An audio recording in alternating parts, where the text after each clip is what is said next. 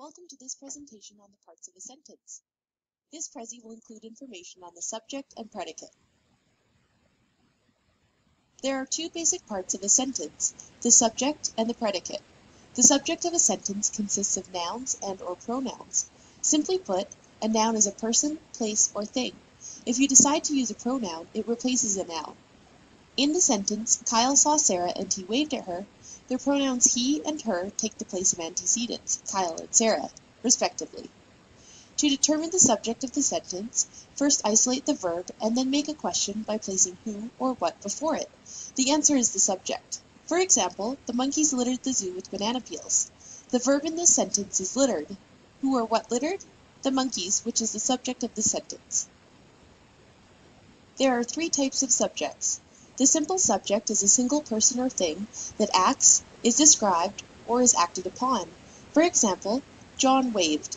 A compound subject is two or more things or people that act, are described, or are acted upon. For example, John and Joe walked down to the pier. A complete subject contains the subject and all its modifiers. For example, the White Sox looked goofy with his sandals. It is important to be able to distinguish the subject in a sentence so you can ensure that the verb agrees. For more information on subject-verb agreement, please take a look at the subject-verb agreement Prezi.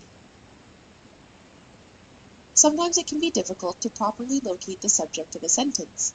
Nouns or pronouns that serve as the subject of a sentence should not be confused with nouns or pronouns that are part of an intervening phrase or clause. As a quick recap, a phrase is a group of words without a subject-verb component. A phrase is a single part of speech and does not express a complete thought. For example, true friend and believing in the tooth fairy are both examples of phrases. A clause is a group of words containing a subject and a verb. An independent clause is a complete thought. He is tired and I am going for a walk are both examples of independent clauses. Although a dependent clause has a subject and verb, it is unable to stand on its own as a complete thought. Because he is tired and whenever I am going for a walk are both dependent clauses. To locate a subject with intervening elements, such as phrases and clauses, you need to read carefully. For example, for my birthday, one of my neighbors made me a 3-tiered cake. The subject in this sentence is one. Of my neighbors is just a phrase that modifies the subject. Several of her classmates forgot to bring a calculator for the final exam. In this sentence, the subject is several. Of her classmates is just a phrase that modifies the subject. Sometimes an expletive, such as there, here, or it, is used to introduce a sentence. An expletive is never the subject of the sentence. Where an expletive is used, the subject comes after the verb. For example, there was a yacht docked on the rickety old pier. In this sentence, the subject is yacht. It's easy to find the subject if you locate the verb was docked and ask yourself who or what was docked. The answer, of course, will be the subject, a yacht.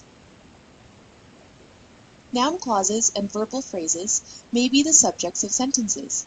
For example, what he argued in the news angered many of his supporters.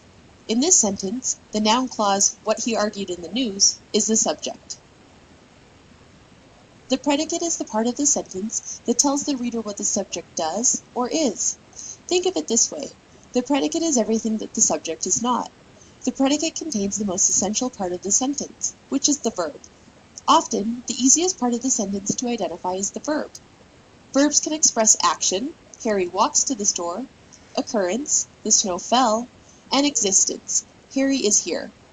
In the example, the monkeys littered the zoo with banana peels, the predicate is littered the zoo with banana peels. It contains the verb littered. There are three types of predicates. The simple predicate contains only the verb. For example, cats meow. The compound predicate contains two or more verbs. For example, she glared at me and then stalked out of the room. Complete predicates contain the verb and any modifiers or objects. For example, the parrot muttered passive-aggressively. In addition to the verb, the predicate can contain direct objects, indirect objects, complements, and modifiers.